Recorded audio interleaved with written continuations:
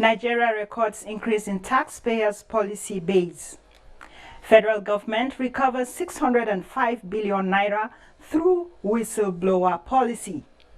NYSC members to earn minimum wage. Plus, Securities and Exchange Commission warns Nigerians against Zoom Ponzi scheme. The program is Business Express, coming to you from the network service of the NTA. And I'm Muplang Dakok saying thank you for joining us.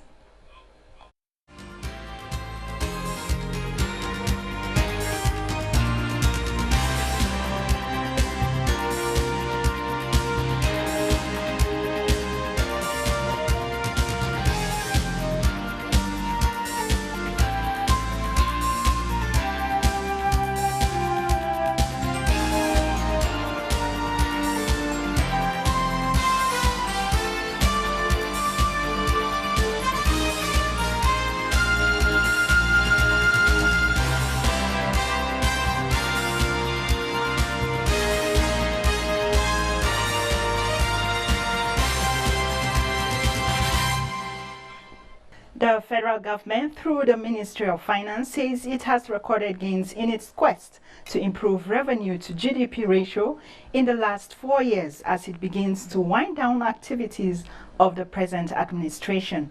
Leah Katung Babatunde reports that the Minister of Finance, Zainab Ahmed, disclosed that government has grown taxpayers' base from 12 to 35 million as reforms continue to yield desired results.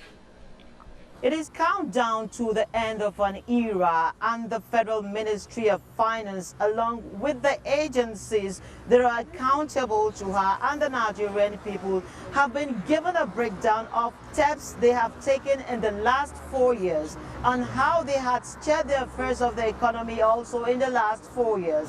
Now the Minister of Finance, Zainab Ahmed, is telling Nigerians that revenue indeed has been a source of concern for the Nigerian government. Now this is because at the inception of this administration, all prices were not at a favorable position.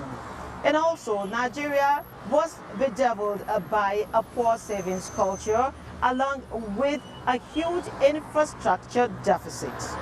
In 2018, our budgeted revenue was 7.2 trillion, and this is against the actual figure that was realized of 3.96 trillion, signifying a negative variance of 45%. But despite that, we were able to meet salaries 100%, debt service 100%.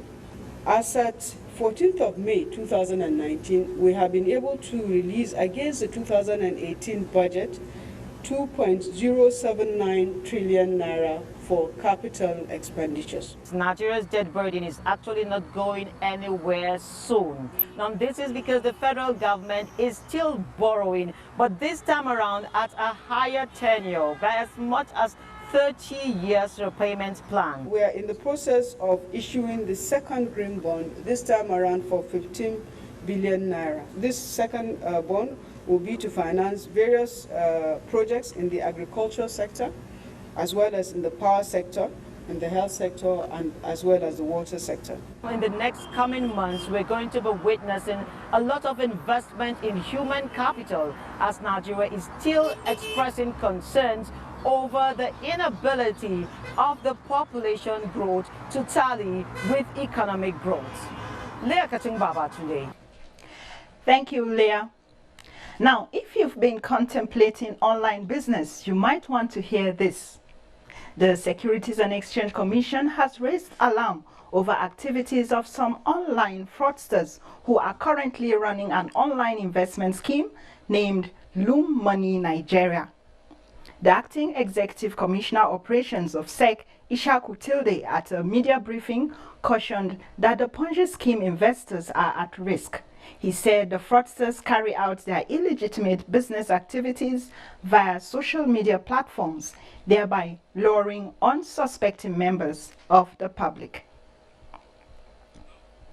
The Debt Management Office has been redeeming its debt commitment to ease financial strain on investors.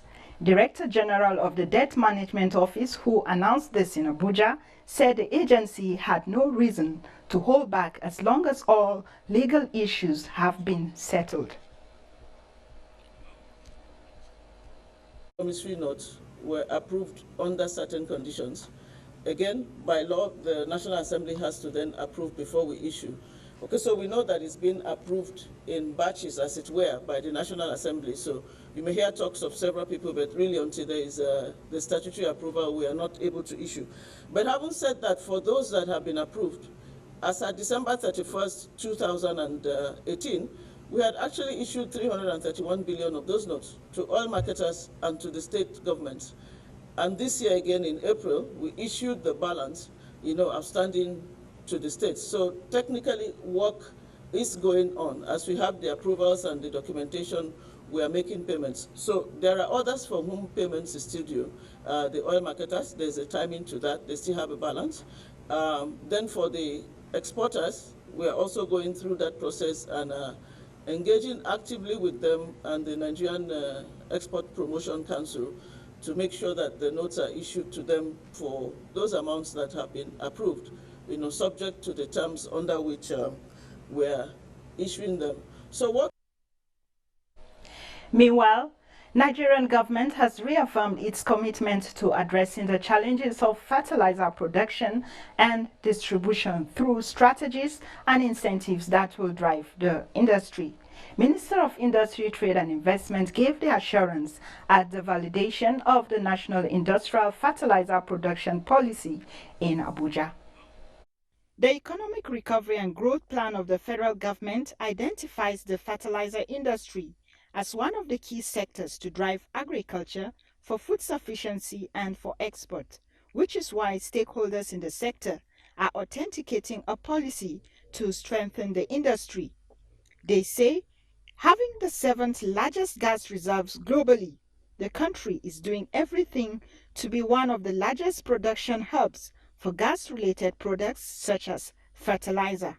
The development of this industrial fertilizer production policy is essential for increased productivity, creating jobs, boosting food security, and enhanced government industrialization drive. Most of the, oil extraction, the gas, associated gas is flared out. So we need a policy to be in place to encourage fertilizer production in this country. In that way, a framework is necessary on the production, on the investment, on the quality parameters, the transportation, and the distribution. Stakeholders say they are ready to work with all key players in the sector and all ministries, departments, and agencies to ensure effective implementation of the policy on approval by the Federal Executive Council. You're still watching Business Express on the network service of the NTA. We'll return after this break.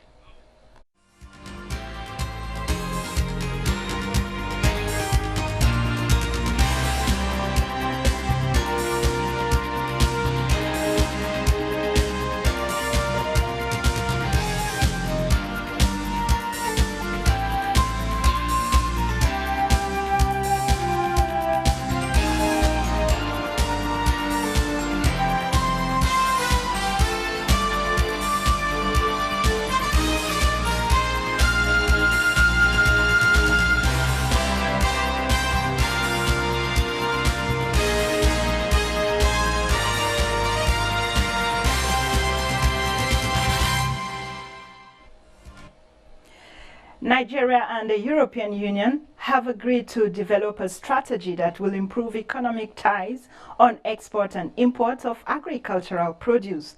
This was at a meeting between the European Union delegation in Nigeria and the Minister of Agriculture, Audu Ogbe, in Abuja. Nigeria has always been a major business partner with European Union, especially in the export of agricultural commodities. Richard Young, Minister and Deputy Head of EU Delegation, says Nigeria has a potential to lead in the production and export of agricultural produce. What is needed to be done, he says, is strictly adherence to international standard. Forward to the European Union proposals for partnership and enhanced support, and also the possibility of more of the private sector investors coming into Nigeria to play a part.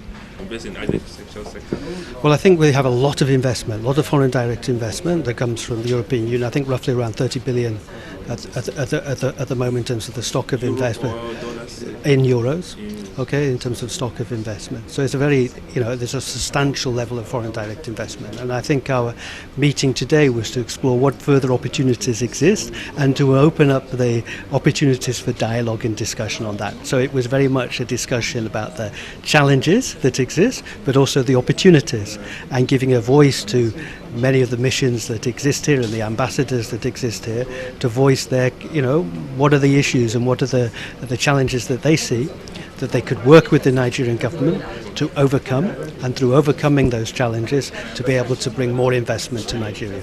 Okay, so finally, who are the other delegates in the meeting? We have the 20 European Union member states who are present in Nigeria. We're in that meeting. And is European Union organized the meeting or the Nigerian government? We organise it together with the Nigerian government, with the Ministry of Agriculture. We have dialogues with them from time to time, and we just said, look, no, the agricultural sector, employs what, 2/3 of the population of Nigeria. This is a critical sector for the well-being of Nigeria, for fighting poverty and improving the living standards. So it seemed natural to invite the Minister here to discuss these opportunities. And equally on the European Union side, there are many investors who are looking for opportunities to invest here and add to that agricultural sector. So there seemed to be a scope here for having a win-win discussion so we can take it forward from there. The European Union has an investment worth more than 2 billion euros in Nigeria, with government assuring protection of the investments. And still on agriculture, the federal government has established a 10-year development plan on cocoa with a view to enhancing production and processing of the cash crop. The country intends to generate additional $200 million from cocoa production. How will government achieve this, and what will be the role of the private sector? I keep telling Nigeria that Nigerians that cocoa built the economy of this country. Cocoa built the oil industry. Cocoa built Abuja. The cocoa monies built most of the iconic institutions you have in this country. Cocoa was our main source of foreign exchange. Even as neglected as it is up till date, cocoa still is the second highest foreign exchange earner after oil. So building a cocoa processing zone means enhancing the economy of this country. Building a special zone for cocoa means value addition, means job creation, because cocoa has a large value chain. And talking about value addition today, that is about the best approach for the economy to be able to jumpstart this economy, because cocoa used to employ only from production that we have basically left ourselves, employs thousands and millions of youths into. We keep saying 2-point-something million cocoa farmers, and by multiplier effect, that means cocoa farming families will be in the neighborhood of 7 to 5 million. Okay, you also talk about consumption. What are your proposals to the federal government through the Minister of Agriculture? Now, we cannot produce what we do not consume, and so we are purely dependent on the buyers to be able to determine price for us. So we have been on the price. Out of a $160 billion cocoa dollar economy, global economy, producers get less than 5%. And so what do? Nigeria has a 200 million population and climbing. If 20% of that 200 million take cocoa product of 250 grams in a month, Nigeria would have taken from export well over 100 to 200,000 metric tons. It has now been confirmed that Nigeria exports cement, which is one out of the many success stories in the revamped solid mineral sector in Nigeria. The Minister of State Mines and Steel Development, Abubakar Bawa Buhari, confirmed this in Abuja when a delegation from Morocco as well as from the private sector visited the ministry. Mia Ogidi reports. Cranes rising high in different locations nationwide, all pointing downwards, prospecting and discovering more solid minerals. At the last count, they are 44, and the Minister of State Mines and Steel Development is also making foreign trips to market these resources. Just a fortnight ago, he was in Marrakesh, Morocco, for this purpose. Today, these investors from Morocco are in Nigeria to invest in the sector. This is an outcome of a memorandum of understanding entered into in Marrakesh by the two countries, and the development of phosphate and other mineral resources are the center of this pact. Our president attached a lot of importance to his relationship with the King of Morocco, and I want to leverage on that relationship, your experience and so on, to be able to develop our own phosphates. After hosting the delegation from Morocco, the Minister of Mines and Steel was engaged by another group, this time from the banking industry. After watching the sector from a distance and satisfied with the level of transparency, some chief executive officers of major financial institutions have declared to invest in the sector. For the Minister of Mines and Steel Development, this breakthrough comes with Nigeria's self-sufficiency in more fronts. We are today self-sufficient in cement production and now exporting cement. We want to do the same thing in carbonate minerals so that we can address the issue of the pharmaceuticals, water treatment. The Executive Secretary of the Solid Minerals Development Fund, Fatima Shinkarafi, more funding from the private sector will open more frontiers in the industry. And on the commodity market, gold traded with muted gains on Friday morning, supported by the weakness of Indian rupee against the dollar and pressured by a rise in riskier equities. Next is an outlook on various commodity prices.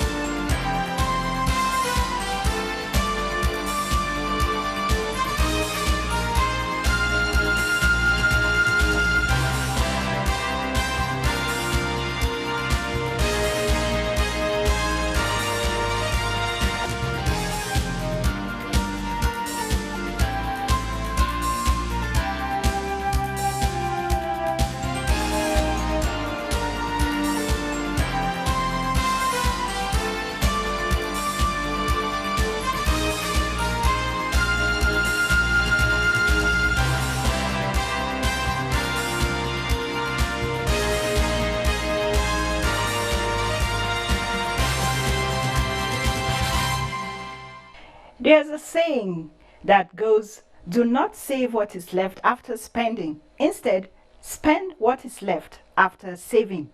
The thing is that many people know and think it that they do need to save, but how many actually consider saving before spending? Bosede Abel went to town to find out for Business Express. For various reasons to meet your targets. It could be in the bank, contributions, ajo or adache, as it is popularly called by traders and low-income earners. But early this year, financial experts have expressed worries over the lack of saving culture among Nigerians, saying such attitude contribute to the decline of small and medium-scale enterprises in the country. Right now, I am at Area 1 shopping complex here in Abuja, where business is booming as usual. I need to find out what the saving culture is with traders. Come with me.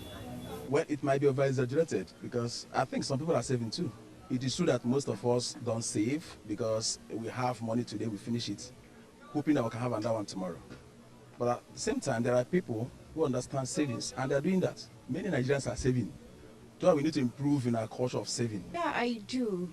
And it pays to save. But most times you want to save, but sometimes you might have challenges here and there. And at the end of the day, you get to realize that probably what you've saved, you still have to like use it to solve problems, you know, based on how the economic situation of the country is. At times there might be opportunities that comes and you need funds to, you know, solve those opportunities or problems, or also maybe get business deals. And if you don't have money at that point in time, you can't meet up with those opportunities. I save for the for the raining days. When you say raining days, what do you mean? I mean, in case anything can come, anything can happen now. Maybe they can come and demolish this place. If I don't save, if I don't have any money left in my account, I will not have any place to do my business. So that's why I save. At least in case when they come, I will have money to go to another place and continue my business. I don't save. The way my business is, I thank God. The little I get, I assist my family. That is how I operate. Saving is stressful.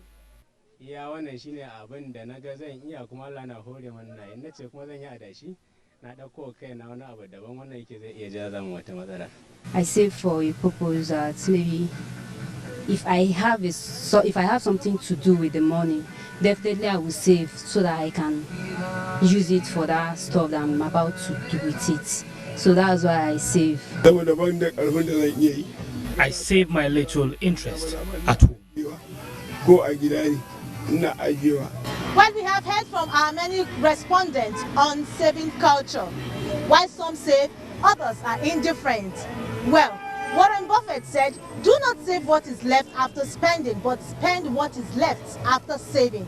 It is also said that little drops of water make the mighty ocean. However, it is advisable for Nigerians to imbibe the saving culture. Now, I am throwing back the question to the studio. Do you save? From Area 1 Shopping Complex here in Gariki, I am Bossede Ebu. Thank you very much, Bosse. Of course, I save. And thank you very much. On the last trading day of the week on the Nigerian Stock Exchange, trade ended on a bullish note.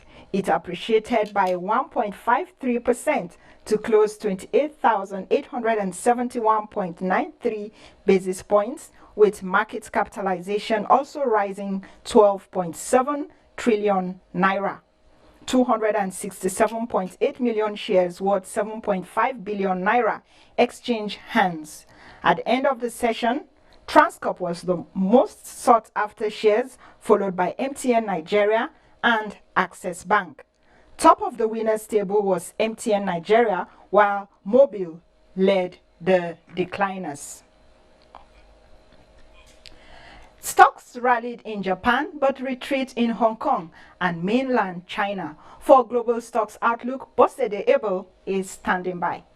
European stocks traded lower in early trading of 17th May as trade fears progress amid the U.S. administration's bid to blacklist Chinese telecoms giant Huawei, while the Chinese ruling Communist Party's newspaper has insisted that the trade war will only make China stronger.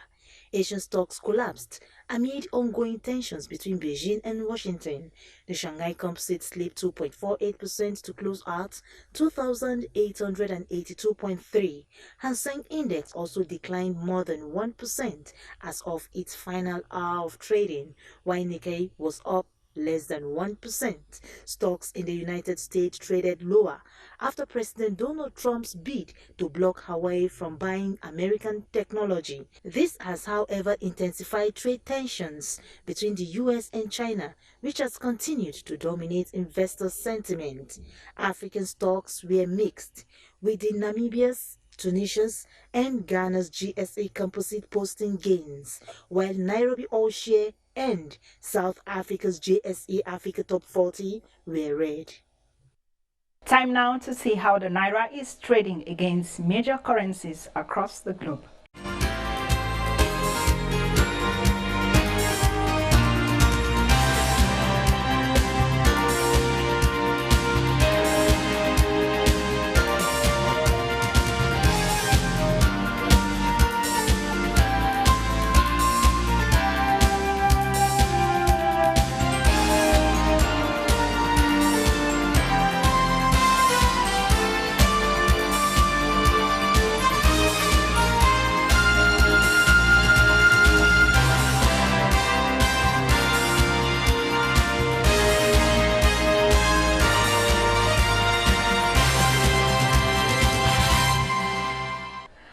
With that, we've come to the end of today's episode of Business Express. All previous episodes are available on YouTube, and you can also communicate with us on Twitter via our handle at NTA News Now. Have a great weekend, and remember to join us for latest in the world of business next week. I am Muplang Dakok.